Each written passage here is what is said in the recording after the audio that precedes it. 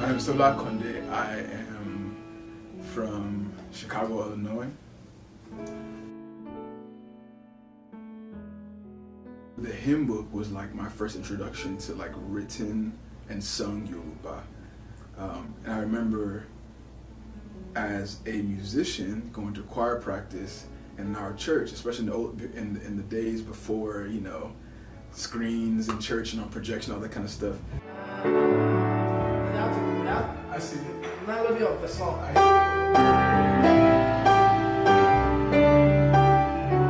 God gave me this phrase when I did the first Orin Adura, and it was, hymns are sound doctrine and sound theology placed to anointed melodies that have stood the test of time.